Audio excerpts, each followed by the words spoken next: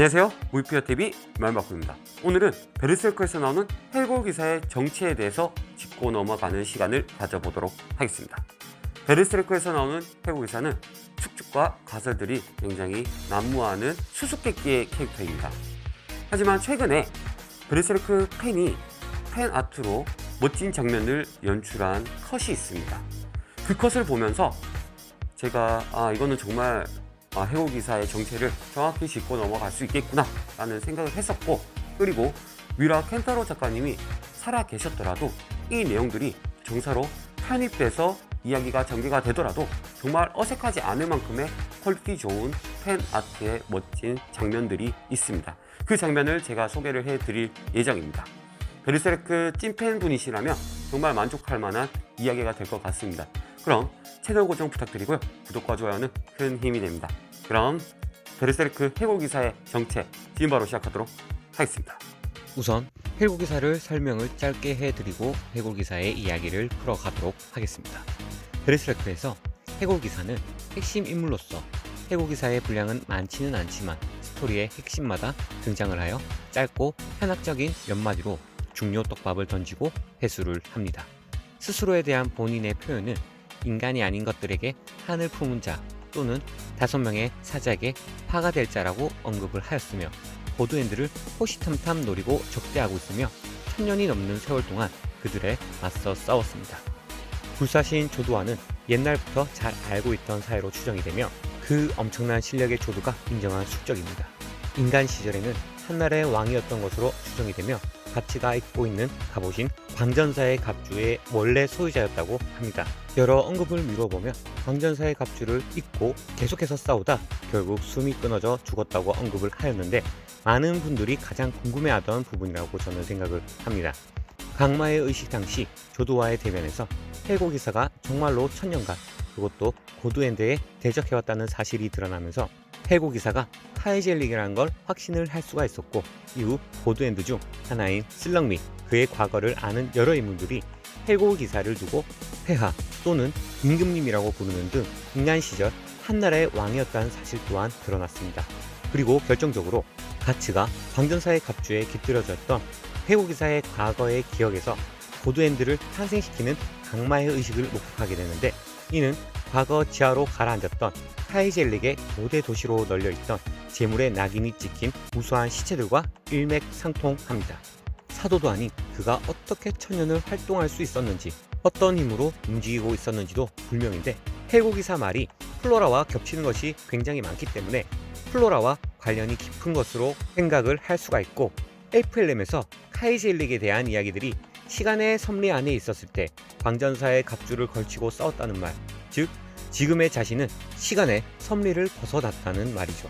가츠가 해고 기사와 플로라와 같은 길을 선택할 거라고 단정할 수 없다는 플로라의 말, 플로라와 해고 기사는 그들의 선택으로 둘 다 같은 방법으로 시간의 섭리를 벗어나 1000년을 존재했고, 그것이 사도와는 다르지만 올바르다고 볼 수 없는 마에 가까운 길이며 가츠 또한 선택할 수 있는 방법이란 걸 추측을 할 수가 있습니다. 그렇다면 앞서 말씀드린 팬아트에서 공개된 해고 기사의 내용을 보여드리도록 하겠습니다. 과거 해고 기사의 태왕 카이젤릭의 시절의 모습을 보여주고 있는데, 팬아트 컷 장면치고는 너무나 디테일합니다. 지금 현재 베르세르크도 뮤라 켄타로 작가님의 그림이 아니다 보니 외전으로 볼 수밖에 없는 상황에서 이것 또한 외전으로 보시면 될 것 같습니다. 362화에서 재물의 낙인이 찍힌 채 죽어가던 한 여성이 등장하는데, 아마 그녀가 카이젤렉에게 소중한 사람이었고 그녀의 죽음이 고드핸드를 향한 복수심에 불을 지피게 되는 원인이었을 거라 추측을 합니다. 이 장면이 카이젤렉이 광전사의 갑주를 입고 고드핸드가 된 보이드와 싸우다가 전사를 하는 장면이라 볼 수가 있습니다. 결국 광전사의 갑주로도 고드핸드를 이길 수가 없었으며, 앞서 시르케가 말했던 광전사의 갑주의 소유자는 뼈가 다 부러지고 모든 피가 뿜어져 나오게 되어 전사를 했다고 언급을 하였습니다. 그렇다면 몸 상태를 떠나서 일단 강마의 의식에서 살아남긴 했다는 게 되는데, 주인공 가츠조차 해골 기사가 도와주지 않았더라면 그대로 사도들의 밥이 되기 일보 직전이었는데, 그렇다면 도대체 카이젤릭은 어떤 방식으로 강마의 의식에서 빠져나왔는가 하는 의문이 생깁니다. 하지만 작품 내내 언급되는 인가율을 감안하면 카이젤리 역시 누군가의 도움을 받았고 자신의 경험을 그대로 가치에게 전수를 했다고 볼 수가 있습니다. 두 번째 장면이 363화에서는 엘프 헬름에 안장된 그녀의 무덤이 나왔으며 추가로 밝혀진 언급에 의하면 과거 벚꽃의 희무녀라고 불리웠고 시르케의 스승 플로라와의 상관이자 전생의 해골기사의 연인이었다고 합니다.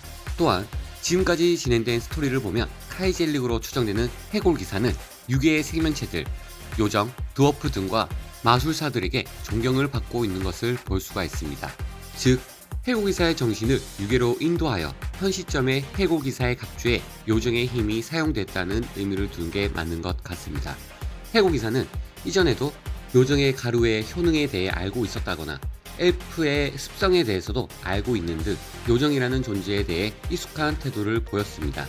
요정도에서 광전사의 갑주의 제작자이자 해골기사가 입고 있는 갑옷의 제작자이기도 한 하나를 만난 해골기사가 덕분에 아직 무사하다고 말을 하자 아직도 성불하지 못한 모양이다. 관짝 속에 처박혀서는 그런 말을 한다라고 하나의 대꾸로 미루어 보면 해골기사는 입고 있는 갑주의 힘으로 현세에 묶여 있을 수도 있는 것이라고 추정이 되며 카이젤릭의 갑주에 빙의한 것이라는 것을 확신할 수 있습니다.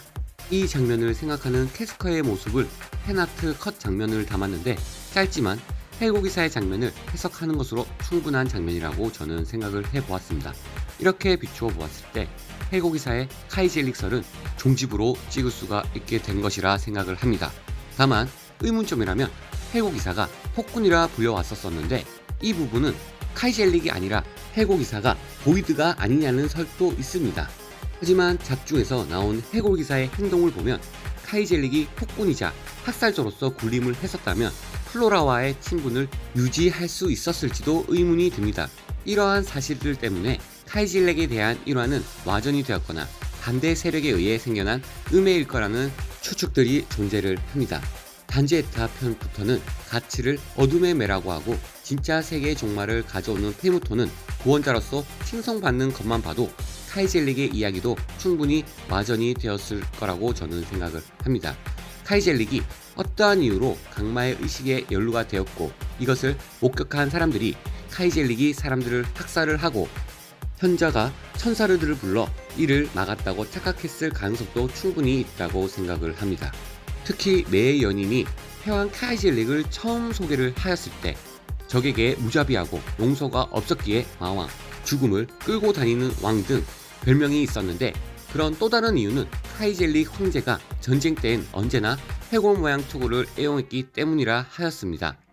대륙을 통일한 뒤에는 황제의 자리에 올라 폭군이 되어 가난한 신하들을 잔혹하게 죽이고 백성을 폭사시켜 거대한 도시를 건축하고 국민에게 무거운 세금을 물렸다고 하였습니다.